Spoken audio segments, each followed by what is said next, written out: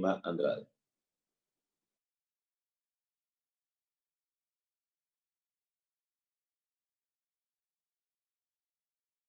Muchas gracias, señor presidente. Quiero saber si se me escucha. Escuchamos, asambleísta, por favor. Muchas gracias, señor presidente, estimadas y apreciados colegas. Un saludo afectuoso también a los ecuatorianos. Quiero empezar recordando, señor presidente, que el 22 de marzo yo presenté en la Asamblea Nacional un proyecto precisamente enfocado a la reactivación económica. Recordará usted que en cuanto se dio el tema de la pandemia, usted de una manera diligente, propositiva, señaló que se iban a conformar dos comisiones, la una de reactivación económica y otra para enfrentar la crisis sanitaria. Y en ese contexto trabajamos, le hablo desde mi visión de Izquierda Democrática, con la bancada de Integración Nacional y presentamos una propuesta integral, inclusive mucho antes, 20 días antes de la que llegara del Ejecutivo. Tomando esa consideración, yo debo señalar que hay muchas coincidencias con la propuesta del Ejecutivo. Nosotros vemos que es fundamental en este momento que todos, ya no voy a referirme, pero todos conocemos la grave crisis que tiene el Ecuador y sabemos que esta pandemia, esta crisis sanitaria llega en unos momentos que ya eran difíciles para el Ecuador, con 4 de cada 10 ecuatorianos sin agua potable, sin alcantarillado, 6 de cada 10 ecuatorianos sin un empleo adecuado, viviendo en extrema pobreza, muchos de ellos viviendo del día a día y de la informalidad. Y sabemos que no hay reservas, sabemos que no tenemos a dónde recurrir. Y esta propuesta, por tanto, no está hecha para al apoyo al presidente de la República, a su gobierno, está hecha sin duda para apoyar a los que más lo necesitan, a los sectores vulnerables, a los que menos tienen y a los que ahora nos han hecho vivir los más desgarradores momentos, los más tenebrosos y duros momentos, porque estamos luchando contra un enemigo invisible, contra un enemigo que destroza vidas, que destroza familias, que destroza negocios. Y en ese sentido, señor presidente, colegas, la propuesta que la presenté ampliamente en la Comisión de Desarrollo Económico, la cual reconozco su labor, reconozco su tarea de incorporar muchas de esas propuestas, ha sido tomada algunas de ellas, en otro caso no, y yo, democrática como soy, tengo que aceptarlo y tenemos que avanzar en los consensos que nos permitan entregarle al país una norma en el tiempo requerido, como tenemos que hacerlo con una ley emergente para que no entre por el Ministerio de la Ley. La hemos mejorado, la hemos aportado y en ese sentido creo que hay que demostrar o señalar los 3 principales ejes. El uno, que es la conformación del fondo, que yo creo que tiene que estar siempre enfocada en los parámetros de equidad, de igualdad, de proporcionalidad para quienes aporten, el que más tiene, que tiene un poquito más, aporte para el que nada tiene o el que poco tiene. Y en ese sentido creo que la propuesta recoge en general ese espíritu. Yo creo y enfatizo que si no iniciemos desde la canasta, desde la remuneración de la canasta básica, $700, creo que hay que ir a un valor inicial de $1,200, de $1,000 si fuera el caso, pero creo que esa es una opción más adecuada.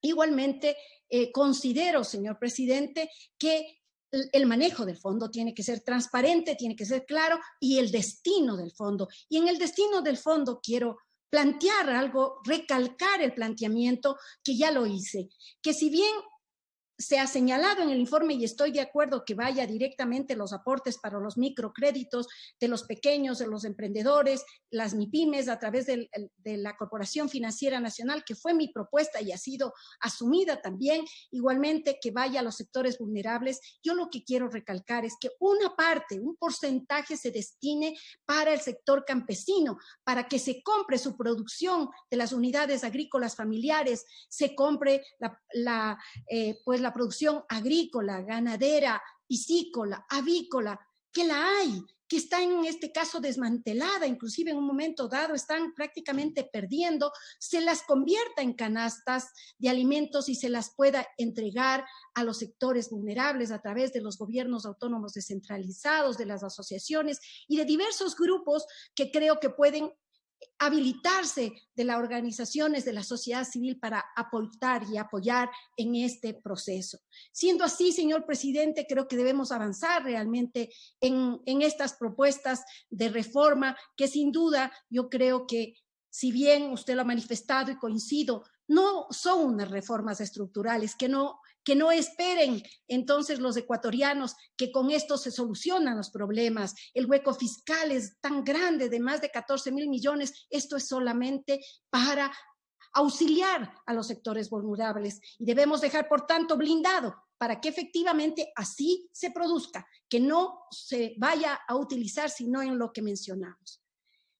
Quiero referirme, señor presidente, y permítanme, colegas, que en el transcurso de estos días hemos escuchado también, como la mía, diversas alternativas que desde la mayoría de las diferentes bancadas se han presentado con la finalidad de aportar a generar recursos que permitan enfrentar de manera limitada, sí, pero con solidaridad esta crisis que agobia a los ecuatorianos. También se ha topado como uno de los elementos la eliminación de las pensiones vitalicias a expresidentes de la República del Ecuador. Y es precisamente sobre este tema, señor presidente y apreciados colegas, que voy a tomarme unos minutos de mi intervención.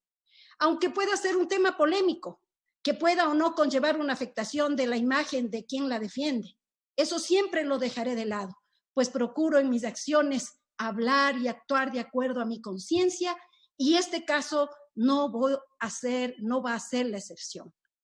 ¿Por qué los estados mantienen las pensiones vitalicias? No es solo el Ecuador, no es el único. Voy a proceder a enunciar algunas. Un expresidente generalmente culmina una vida de servicio ciudadano y cívico sirviendo al país con una trayectoria de vida pública y política. Luego de haber ejercido la presidencia de la República, difícilmente pueden vincularse a trabajar en alguna actividad privada y por la naturaleza de sus servicios, el país puede encontrarse en una situación de peligro y desventaja, inclusive frente a los adversarios políticos. El conocimiento de los secretos de Estado y de información de seguridad nacional que posee debe ser precautelada. En Ecuador no es el único, digo, y en Sudamérica, en Chile, los exmandatarios perciben una asignación mensual de $12,400. En Colombia, igual que los congresistas, $9,600. En Europa, 6.000 euros mensuales. Inclusive perciben los presidentes de las comunidades autónomas. En Italia, 31.000 euros. En Estados Unidos, más de $20,000 mensuales. En Centroamérica, Costa Rica, más de $4,000. Hoy, estimados colegas, desde el conocimiento y la objetividad que todos debemos tener en cuenta de lo que implica ocupar la más alta magistratura del Estado, quien con el apoyo popular asume la presidencia de la República, concluye su mandato, debe, por supuesto, representar los valores y principios de la democracia, actuar con la verdad, con la ética, entendiéndose que su vida privada y pública pasa a constituirse en ejemplo de referencia de actuales y futuras generaciones. Sin duda, es indispensable que también se demuestre probidad. Sé que la probidad pública es un tema complicado, difícil, no solo en el Ecuador, porque muchas críticas se puede hacer de lo que se hace y no se hace en cada nación. Pero sabiendo que es un tema delicado, espero que sea el inicio de una reflexión seria respecto a la probidad y el problema que implica para la sociedad en su conjunto, que no solo debe ser el catalizador que ponga a la administración pública al uso honrado de los recursos públicos, al respeto de los derechos humanos y a demostrar que el conocimiento cabal de la realidad social, política, económica es el factor importante para ejecutar políticas públicas con una visión de justicia social. Otro elemento que se demanda en la magistratura de la presidencia de la República es el patriotismo, La palabra aquí que debe tomarse con cuidado para no caer en la confusión con otras formas de acepciones discutibles, como el nacionalismo, chauvinismo o populismo. No, me refiero al amor a la patria. Por tanto, comprende una virtud cívica, el orgullo nacional, un sentido de unidad frente al enemigo común y la adversidad. Este sentido patriótico, un sentido de pertenencia que va más allá del núcleo familiar, que nos lleva a hablar de nosotros, a hablar de la patria. En ese contexto quiero exteriorizar breves criterios sobre quién considero y es mi referente político, reserva moral del país. Me refiero al doctor Rodrigo Borja Ceballos, expresidente constitucional del Ecuador, quien hizo de la probidad, sobriedad, honestidad y patriotismo su sello. En este día voy a recordar solamente un hecho que se dio en su gobierno. Se dio el primer y mayor levantamiento indígena del país en un entorno de enorme tensión. La actuación común habría sido de represión, de persecución a sus dirigentes, de liquidar su estructura, pero no, la reacción fue de diálogo, lo que levantó críticas en los sectores tradicionales que aterrados hablaron de debilidad por lo que significaba, pero lo que significaba era reconocer una realidad. Y Borja lo dijo, que ese levantamiento era una demostración de lucha por centenares de años de olvido y postergación, y entregó entonces a las comunidades indígenas títulos de propiedad por más de 10 millones de hectáreas. Los indígenas se habían convertido en actores políticos en ese marco. Entregó en la casa, el comodato, la casa de la CONAIE, que hasta ahora sigue siendo el espacio de llegada y encuentro para la organización indígena. Este hecho, que es el único que le voy a señalar, demuestra que sin un diálogo digno ni acuerdo serio sobre la mesa no hay una sana convivencia. Sin lugar a dudas, mucho faltó por hacer, pero el manejo delicado, honesto, transparente, son elementos que siguen en la mente de los ecuatorianos. Aún sus más radicales adversarios reconocen la honradez de Rodrigo Borja. En su posición en el pleno de este Parlamento Nacional, Borja asumió la presidencia en el 10 de agosto de 1988. Llego a la presidencia con las manos limpias, pues no tengo compromiso con nadie, no ofrezco milagros, pero sí garantizo honestidad, austeridad y sacrificios. Y cumplió su palabra. Luego de su vida presidencial... Un minuto, señora asambleísta, por favor. Gracias, presidente. Su vida fundamentalmente se ha dedicado a la obra más importante, a más de las 12 obras que la tiene, la Enciclopedia de la Política, editada por el Fondo de la Cultura Económica de México, que en su cuarta edición tendrá más de 7,500 páginas, la cual constituye un hito, la entrega sin costo al servicio de los ecuatorianos y del mundo, que la pueden encontrar en las redes digitales. Fácil será entonces, apreciados colegas, entender y deducir para ustedes por qué mis expresiones, mis justificaciones para lo que voy a plantear. No creo que deba llevar al detalle, no creo que deba llevar la vida de Rodrigo Borja en este momento a este escenario, pero sé que él vive de su pensión. Cumpliré con mi conciencia de apoyar lo que voy a plantear en este momento y espero contar con el apoyo de ustedes.